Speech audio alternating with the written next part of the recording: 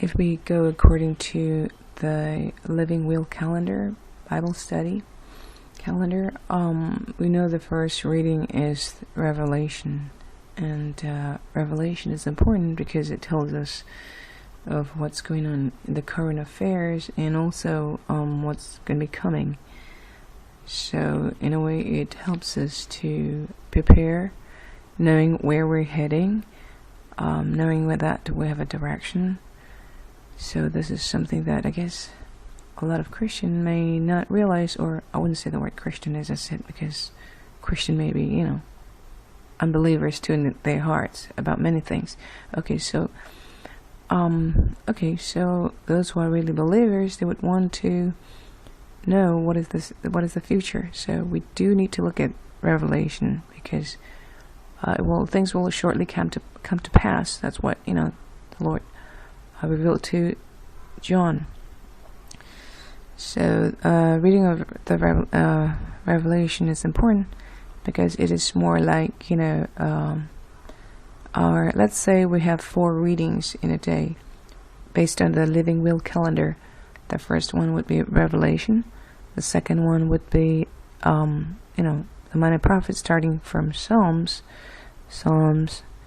Proverbs, and so on, which we would merge with the reading of Revelation. So Revelation acts more like the the vegetable part of the diet. You do need the vegetable. You do need to boost your immune system, against any attack of your bacteria or germs or virus. And you get sick. So you won't get sick so easily. You won't get thrown off so easily because you know what's going on ahead and in front of you in this world. So the reading of Revelation is important. Something that a lot of people do not. A lot of believers or Christians, they probably don't think much about, and so forth. Again, perhaps it's because they're affected by the fact that they might not believe that this is something that is meant for us to know about what's coming, current affairs and what's coming. Maybe that they don't believe that. That's why they don't think it's important, and it's something that we don't have to get into. Alright, so, but I think it is very important because, we believe in total. True believers are absolutists, and you would believe that, it says what it says, that what's going to be coming. And the future is all there, and the second coming of God and of Christ and the great white judgment throne, great white throne of Judgment Day by God. It's all there. So definitely it's not something that has taken place or the past or just a figure of speech, but these are real stuff. These are all in Revelation, and what's going to be happening to the world, the torture, the suffering, how God will punish them. So these are not something that not just a fable. Okay, this is you believe it or you don't. That's all what's in Revelation, and we know these things hasn't been done yet. Okay, so and then so this is more like the vegetable part, to boost your immune system, to fight against sicknesses, all your vitamins and stuff like that. This is the part, and then it would be merged with, let's say, the reading of Psalms. Psalms, to me, is more like the fruit. It's really sweet. I mean, of course, it's got the bitter part, and then it always ends up that most of the Psalms, chapters in Psalms would end up with sweetness. The love and the trust in God again, whatever the complaint might be in the beginning of the chapter, let's say. But we know a lot of it also is just full of praises and edification to God. So it is a very sweet sort of psalms or hymns to God. Most of it hymns kind of thing. And so, hymn-like, I would say. So, psalms is more like the fruits. So we do enjoy eating fruits other than vegetables. So you got the sweetness in there. And these two are again, both of these help us to get the full vitamins that we need and minerals that we need. Lots of vitamins, lots of minerals and fruits and vegetables to really strengthen our immune system. So this is called the minor reading, or the small wheel reading. I say small because I think it's, I don't say I say it because it comes from my preacher's preacher, Dr. Johnson, that this is a small reading. I think it's called a small reading because, how it applies to an individual, the individual level especially, how it protects an individual in a subjective way. So, it is not the main reading, which is the big wheel, like the Old Testament, starting from Genesis, and then which would be merged with the New Testament reading, starting from the Gospels. Gospel starts with Isaiah, actually, talking about Jesus and stuff, all the way into the New Testament. All right, so that it would be the main reading that will impact the congregation of God, the church of God, the true church of God. So that would be, the main meal, the main diet. All right, which means that would be the one that really would form the foundation of the doctrines. There's a lot of doctrinal stuff there.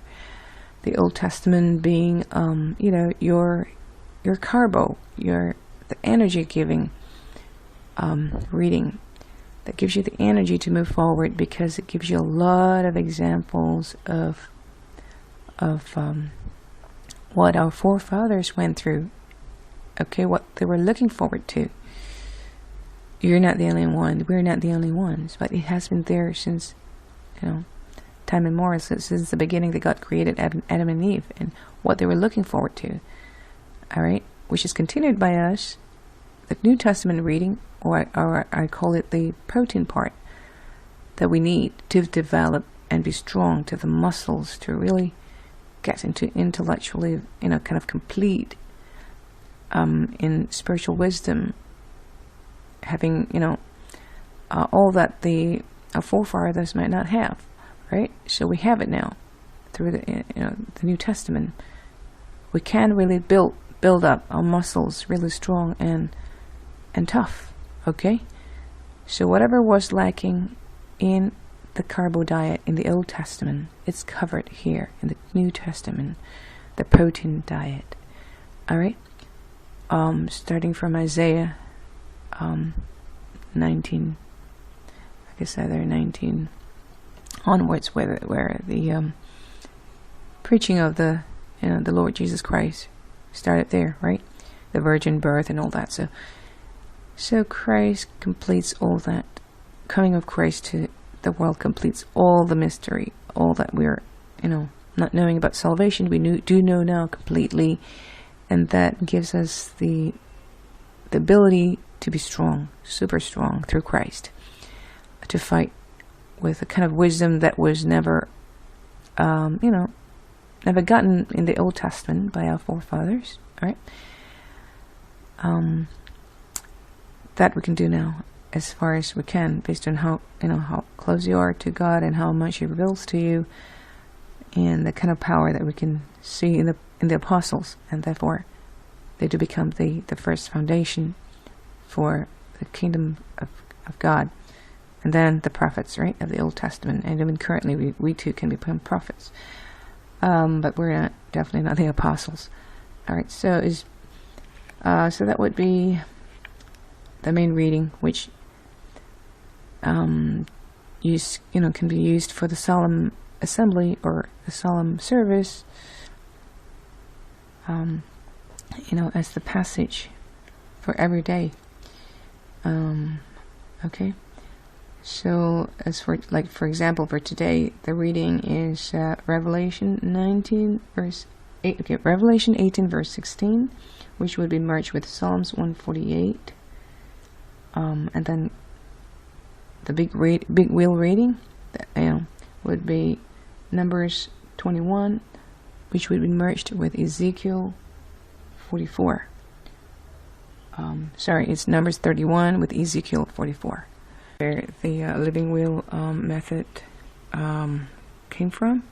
When it was given to Johnson by God, the revelation of how the churches could be in unity and not having so many denominations or sectarianism, is to read the 4 parts of the Bible, the small wheel and the big wheel, which means when you're reading, you have the parts matching each other to confirm God's words.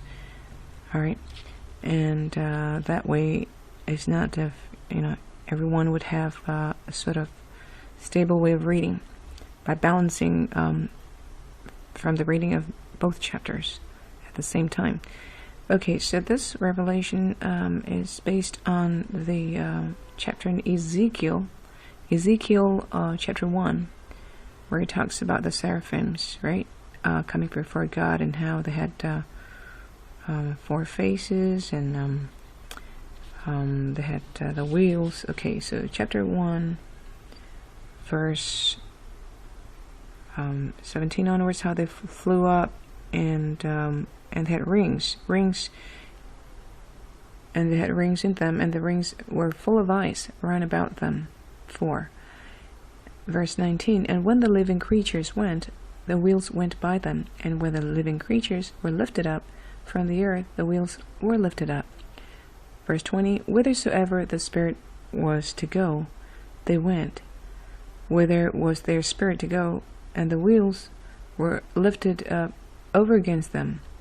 For the spirit of the living creature was in the wheels. Okay, so, and then again, verse 21, when those went, they went, and when those stood, these stood, and when those were lifted up from the earth, the wheels were lifted up over against them. For the spirit of the living creature was in the wheels. Okay, so I guess the emphasis is really the wisdom and the Spirit of God being in the wheels. Okay, and that's how the seraphim were directed, and how to fly, where to go, through the wheels. Okay, and wheels that were full of eyes ran about them. All the 4 wheels. The wisdom of it, spiritual wisdom. Alright, so I guess that's about it.